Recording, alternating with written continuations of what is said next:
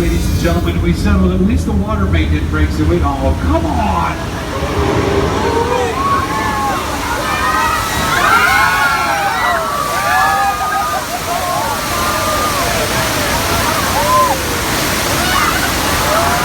Ladies and gentlemen, you just survived Earthquake, the big one!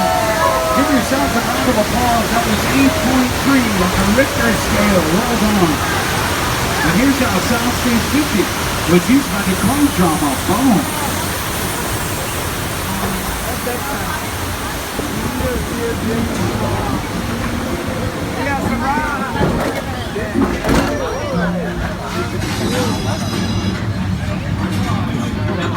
What's going on?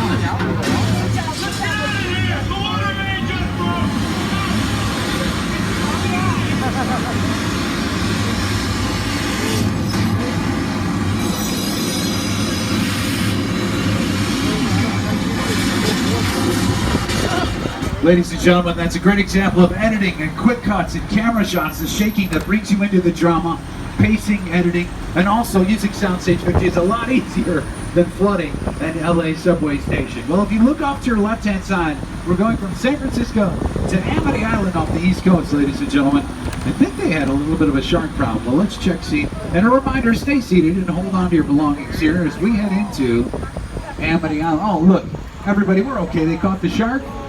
Police divers in the water, making sure everything's safe for us to go by. Oh, no. There's another fin in the water, ladies and gentlemen.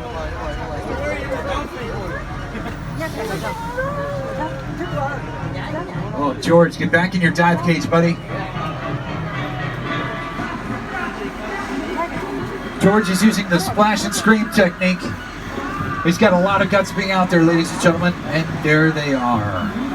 All right, everybody, make sure you stay seated as we pull forward here. We're gonna get away from the shark and hide behind these gasoline barrels back here. Now that yellow barrel out in the middle, the shark should take that bait and swim away from the tour, and then we will proceed accordingly, everybody. Wait a minute, did that gas nozzle get... Oh, boy. All right, ladies and gentlemen, now we're in our fire protocol. Eric's got to wait for these flames to die down. But the good news is I'm sure the fire scared away the shark.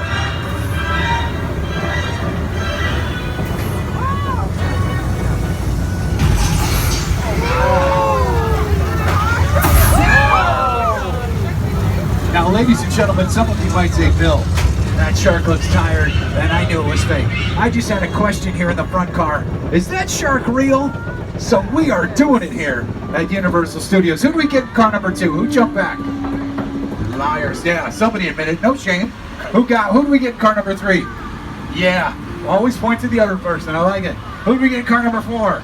Yeah. Good. Yeah, point to the other person who did it. The great thing about our shark is it actually works. And we have the only great white in captivity, ladies and gentlemen, that does the backstroke. So, pretty cool shark we have here. But I'm not kidding, ladies and gentlemen. The first shark that Steven Spielberg took to the Atlantic Ocean sank. And he had even tested it back at Soundstage 21. Remember when we passed at the beginning of the tour? Soundstage 21 has a pit, and you can fill it with water. Steven Spielberg filled the pit with water, tested the shark, everything was great. Went out to the Atlantic Ocean, and it sank to the bottom of the ocean. The deal with the shark, it cost the production 100 days of delays. It was a nightmare.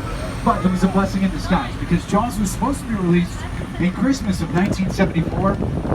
All the headaches, all the delays pushed it out to the summer of 1975, and it ended up giving Steven Spielberg the first summer blockbuster of all time, so it all works out in the end.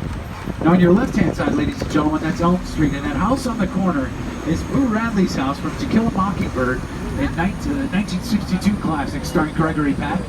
Other productions have filmed down in that community include Key and Peele, Community, and Angie Tribeca.